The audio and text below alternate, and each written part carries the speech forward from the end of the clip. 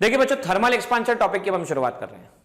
Thermal expansion का meaning क्या होता है, थर्मल एक्सपांशन किसे कहते हैं, कहां कहां ऑब्जर्व किया आपने थर्मल एक्सपांशन, इसके बारे में मैं चर्चा करूंगा। थर्मल एक्सपांशन के ओवरऑल एप्लीकेशन कितने मौजूद हैं, इसे मैं दो सेक्शन में डील करूंगा। पहला सेक्शन में आपको डेरिवेशंस के बारे में चर्चा करूंगा और दूसरा सेक्शन न्यूमेरिकल का एक वीडियो जरूर बनेगा। मतलब इसी थ्योरी वीडियो के बाद में एक न्यूमेरिकल वीडियो आपके पास में मौजूद होगा।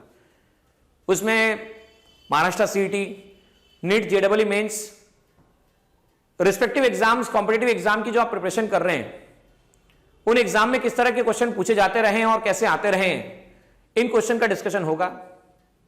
इस थ्योरी वीडियो के बाद में मैं सजेस्ट करूंगा अंडरस्टैंडिंग को बेटर बिल्ड करने के लिए थर्मल एक्सपांशन का वो वीडियो जरूर देखिए, वो आपका लिए बहुत काम का वीडियो होगा। थर्मल एक्सपांशन को हमने ऑब्जर्व किया है कि जब हम कई बार देखते हैं कि बॉटल का ढक्कन बॉटल के अंदर फंस जाता है, अगर आप बॉटल को गर्म करते हैं तो ढक्कन आसानी से निकाला जा सकता है। किचन के अंदर दो थाली आपस में चिपक जाती है, एक थाली के अंदर दूसरी थाली कांटेक्ट में आ जाती है गीली होने के कारण, जब आप उसे गर्म करते हैं तो वो अलग हो जाती है। आपने यह भी देखा होगा कि रेल की पटरियों के बीच में जगह छोड़ी जाती है, टेम्परेचर बढ़ने के कारण। क्या रीजन होता है कि उसके बीच में जगह छोड़ने का कारण बनता है? पुराने जमाने में आपने यह भी महसूस किया होगा, नाउअडेज तो नहीं होता है, बैलगाड़ी यूज की जाती थी, बैलगाड़ी। तो बैलगाड़ी अब बैलगाड़ी के पहिए जो होते हैं वो टायर के बनाए जाते हैं नाउअडेज, पहले नहीं हुआ करता था।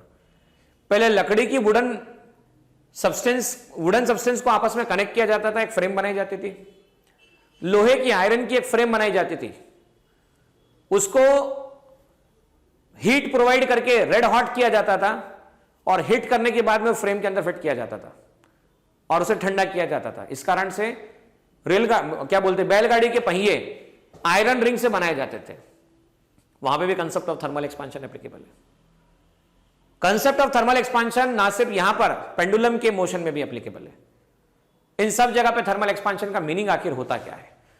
देखिए, हम जब सॉलिड को एनर्जी प्रोवाइड करते हैं, तो सॉलिड को एनर्जी प्रोवाइड करने पर मान लीजिए दो एटॉमिक सब्सटेंस आपस में, जैसे मान लीजिए ये एम मास का है, ये स्प्रिंग से कनेक्ट किया गया है, ये वापस से एम मास का है। अब मैंने दोनों एम मास को आपस में स्प्रिंग से कनेक्ट किया और मैंने एनर्जी प्रोवाइड की।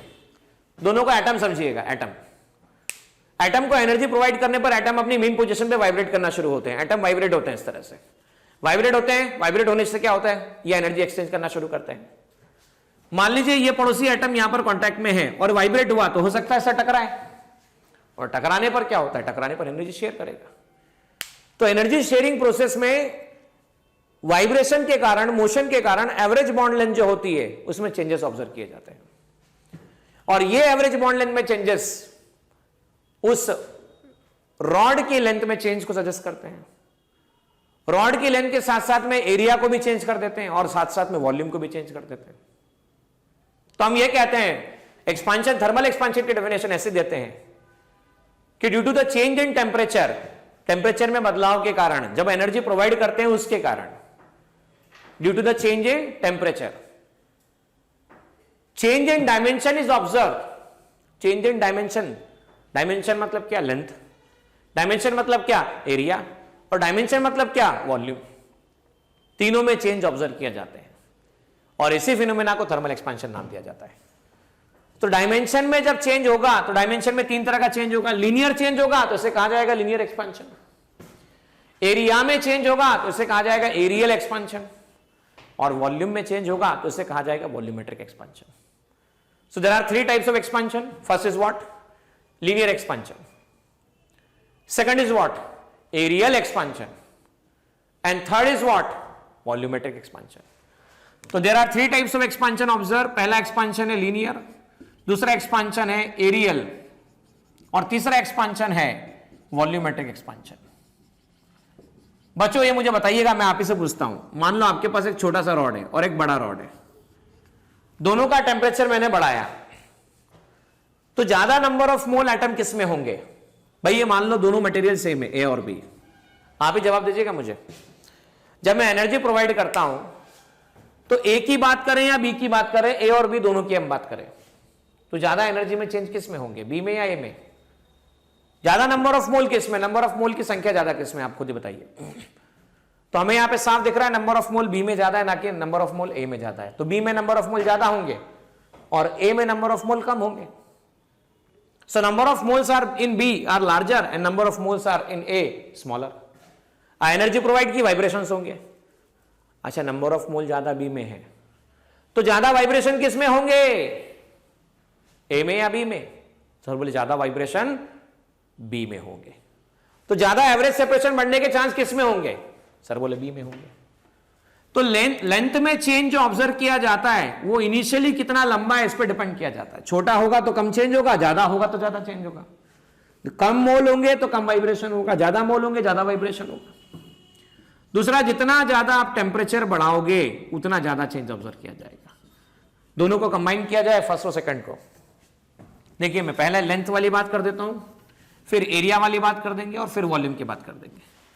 चेंज इन लेंथ, ये रहा छोटा लेंथ, आपने इसे एनर्जी प्रोवाइड की, बड़ा हो गया। ये मान लीजिए एरिया की बात कर रहे हैं, पहले ऐसा था, आपने एनर्जी प्रोवाइड की तो ये बड़ा हो गया। बात करें वॉल्यूम के बारे में, वॉल्यूम के बारे में बात करें तो क्या हो गया? पहले वॉल्यूम छोटा था, अब वॉल्यूम कैसा हो गया आपके पास में? वॉल्यूम आपके पास में बड़ा हो गया।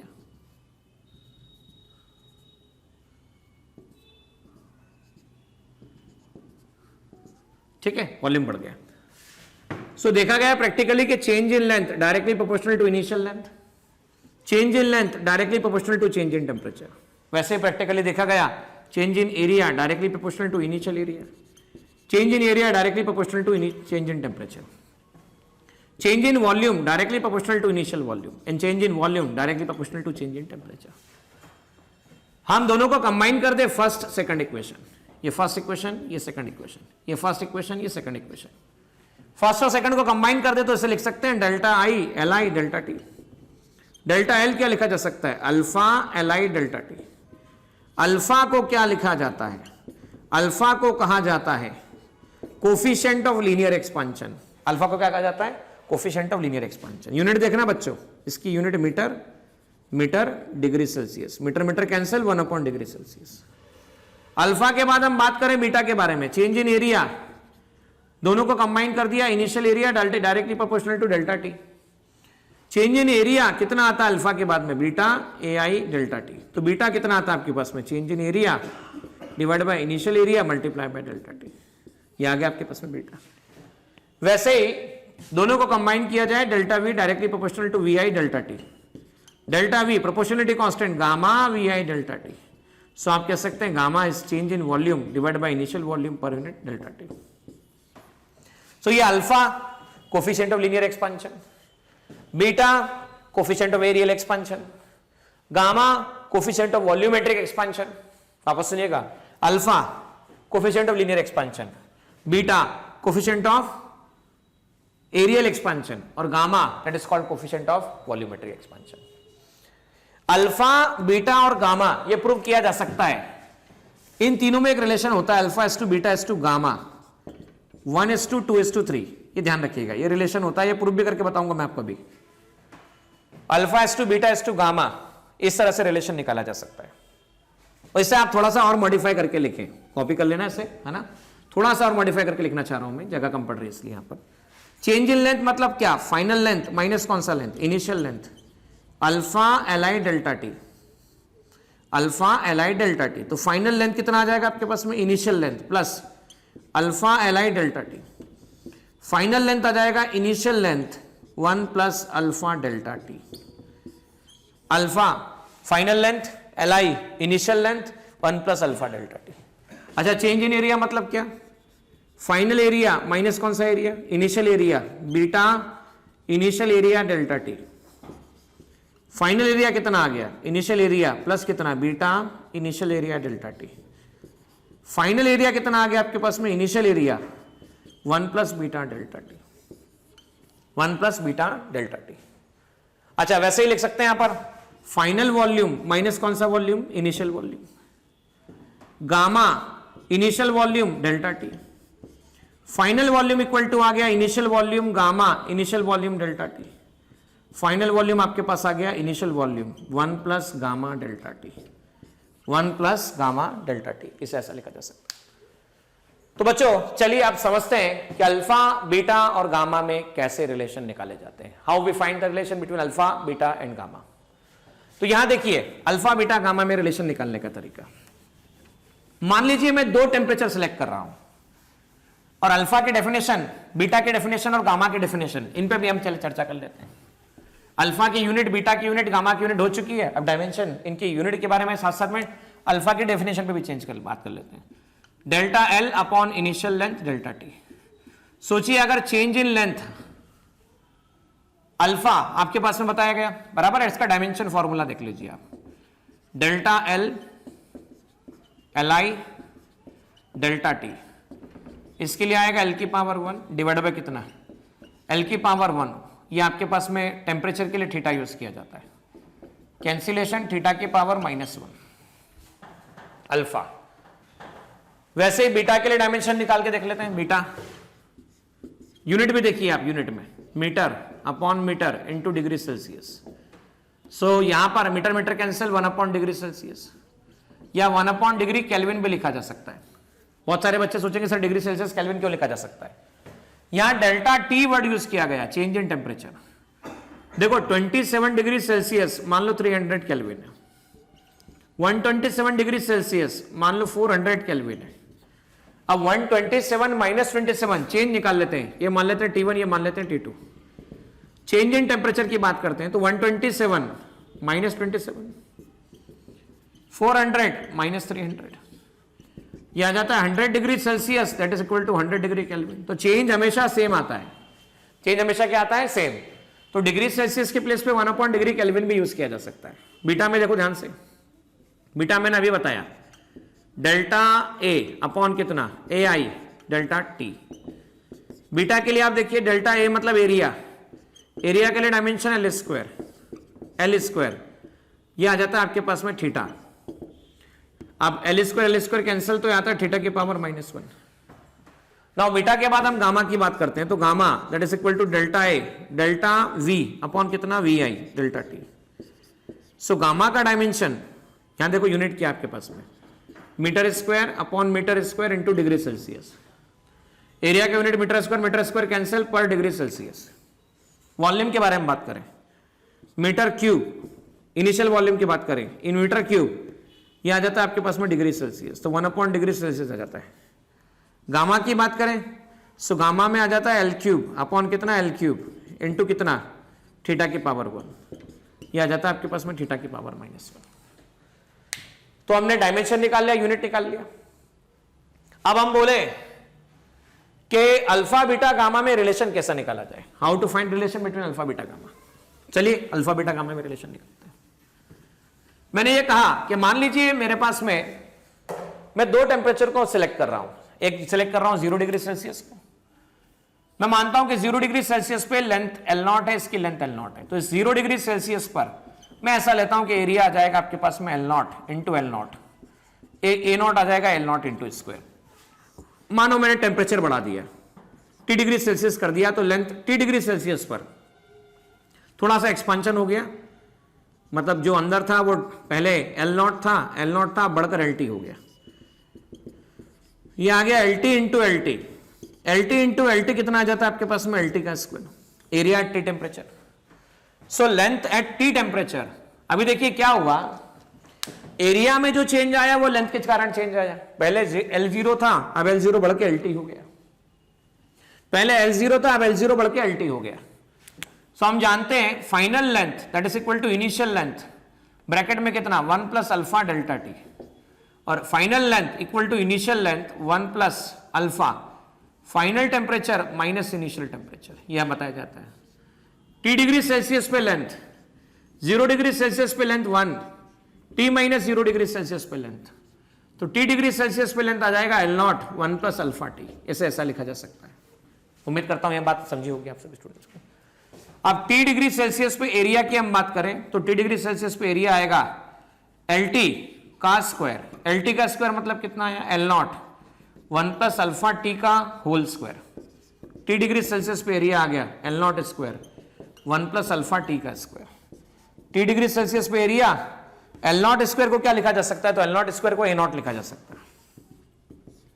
1 is A square plus B square plus twice A B twice alpha T. अच्छा, अल्फा की वैल्यू बहुत छोटी होती है, alpha is very small, alpha is very small, so alpha square can be neglected. Alpha square को क्या किया जा सकता है, नेग्लेक्ट किया जा सकता है। तो हम क्या लिख सकते हैं, ए टी इक्वल टू आ गया ए नॉट, 1 प्लस ये नेग्लेक्ट किया तो कितना आ गया 2 अल्फा टी।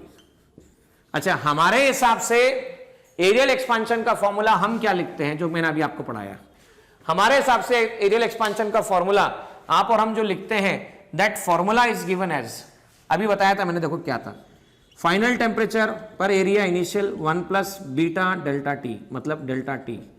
अच्छा, ये ले लिया मैंने area at T temperature, area at 0 degree Celsius 1 plus beta T minus 0 degree Celsius.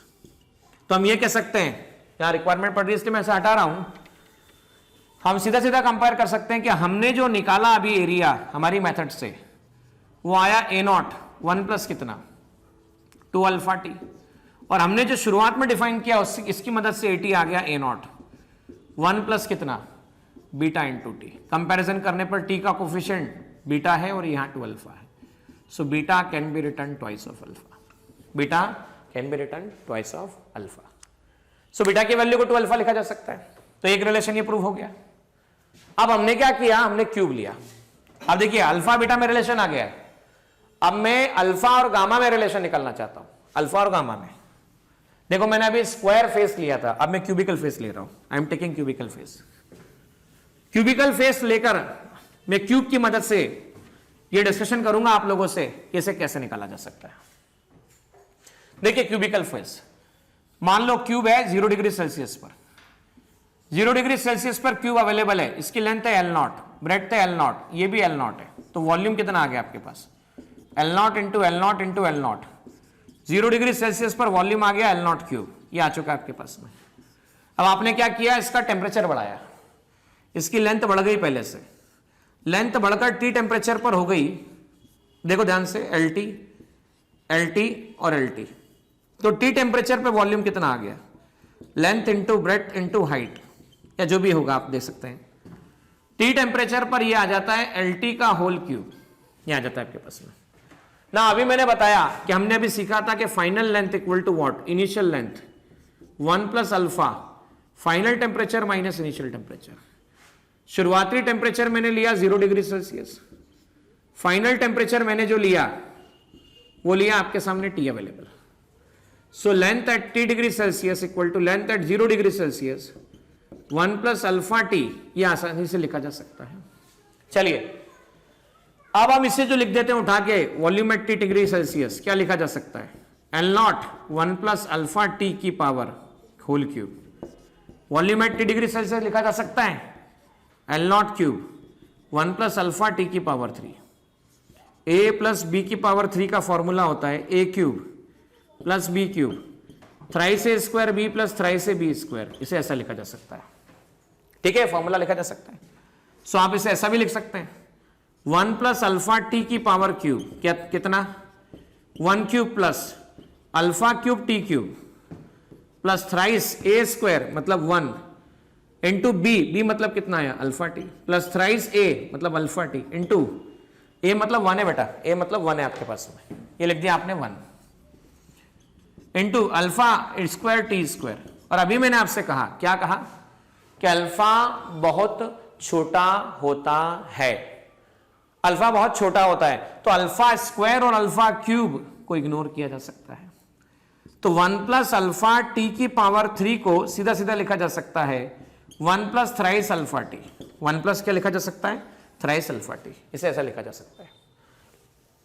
जैसे इसे आपने 1 प्लस थ्राइस अल्फा टी लिखा तो हमारे पास में सीधा सीधा एक्सप्रेशन कन्वर्ट होकर वीटी आ जाता है L nought cube 1 plus alpha T की power cube, that is 1 plus 3 alpha T. L nought cube को क्या लिखा जा सकता है, तो V nought cube, V nought लिखा जा सकता है। तो volumetric temperature V not 1 plus thrice alpha T, ये आ गया आपके पास। अब होता ऐसा है कि हमारे तरीके से हम देखें तो हमने शुरुआत में वॉल्यूम, चेंज इन वॉल्यूम को क्या डिफाइन किया था? हमने डिफाइन किया था change in volume equal to initial volume gamma delta T. Delta T मतलब क्या आ गया? Initial volume 0 degree Celsius, T minus 0, volume at T degree Celsius minus volume at 0 degree Celsius, V not gamma T. Volume at T degree Celsius लिखा जाता है V not 1 plus gamma T. अच्छा, ये हमारी इक्वेशन और ये यहां से डिराइव की इक्वेशन, इक्वेशन फर्स्ट और इक्वेशन सेकंड। हम फर्स्ट और सेकंड को कंपेयर कर लेते हैं, और जब फर्स्ट और सेकंड को हम कंपेयर करेंगे तो देखो क्या फर्क पड़ जाएगा। यहां पर फर्स्ट ये सेकंड लिख लेते हैं 1 plus gamma thrice of alpha T. So यहां पे सीधा लिखा जा सकता है टी का coefficient gamma equal to thrice alpha. अभी लिखा था beta equal to twice of alpha, तो alpha is to beta is to gamma is to 1 is to 2 is to 3। ये तीनों रिलेशन आपस में निकाले जा सकते हैं। ये तीनों फॉर्मूला आपके सामने आ चुके हैं। तो इस तरह से हमने अल्फा, बीटा और गामा में रिलेशन निकाल लिया। और इसके बाद मैं नेक्स्ट टॉपिक जो शुरू करूंगा आप लोगों से लेकर, वो हम बात करेंगे स्पेसिफिक हीट के बारे में कि स्पेसिफिक हीट क्या होता है, कैसे काम करता है। मैंने अभी आपसे कहा, ये तो बिल्कुल बेसिक बात मैंने आपसे समझाई है। थर्मल एक्सपांशन का न्यूमेरिकल वीडियो का लेक्चर इसी वीडियो के बाद में आपको जरूर देखना है, ताकि आपके न्यूमेरिकल कंसेप्ट के एप्लीकेशन सारे क्लियर